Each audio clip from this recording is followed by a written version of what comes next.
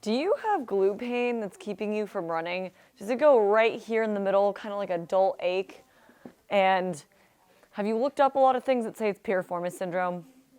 Well, piriformis syndrome is something that's really commonly diagnosed, but a lot of times people don't realize that maybe the pain isn't coming from the muscle itself. There is a nerve that runs right under the piriformis, and a lot of times people are told that the piriformis is just so tight that it's just cramping down on the nerve. But if you've done a lot of soft tissue and and a lot of stretching and stuff like that to loosen the muscle and you still have the issue, then maybe it's time to look at the fact that maybe the nerve is irritated because of something that's going on in the low back. We're going to talk about one of those possibilities today, and then I'm going to make another video on the other low back related piriformis syndrome that could be happening. So for this first one, we're going to talk about what happens when a lumbar disc or a disc in your low back is the cause of your piriformis syndrome. A low back disc can be irritated from a lot of sitting. It can be irritated from a lot of incorrect lifting, bending, twisting, any of those things together. Car accidents, there's a lot of different things that can irritate a low back disc.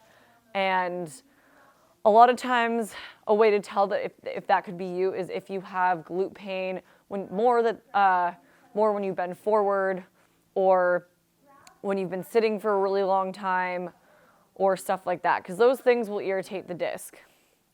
So if you have a muscle issue and you're sitting for a long period of time, you're actually not using the muscle, so it shouldn't be hurting an extra amount when you're sitting. Similarly, people with disc pain also have more pain in the morning. So if you have a lot of pain in your glutes in the morning, then consider that it could be a disc. There's a lot of tests to rule out whether it could be a disc or could not be a disc, but if you're willing to just give it an exercise a try, I'll show you something really quick that could be helpful. We're going to have you go ahead and lay on your belly with your hands under your shoulders like this. Go ahead and keep your hips on the ground and just press up like this and get a nice arch in your low back. We're going to go through a few reps of this.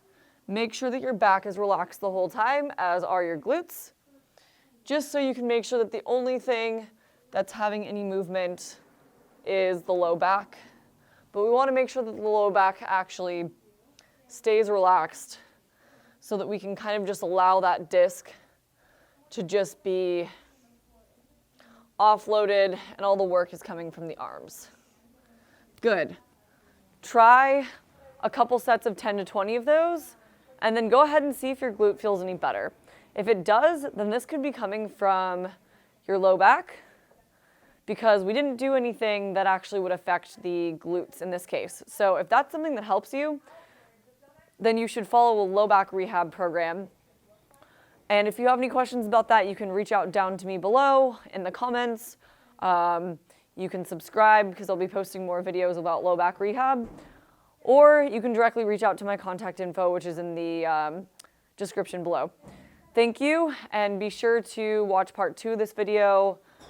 That'll come out with some other potential solutions to piriformis syndrome. Thank you guys. Have a great day.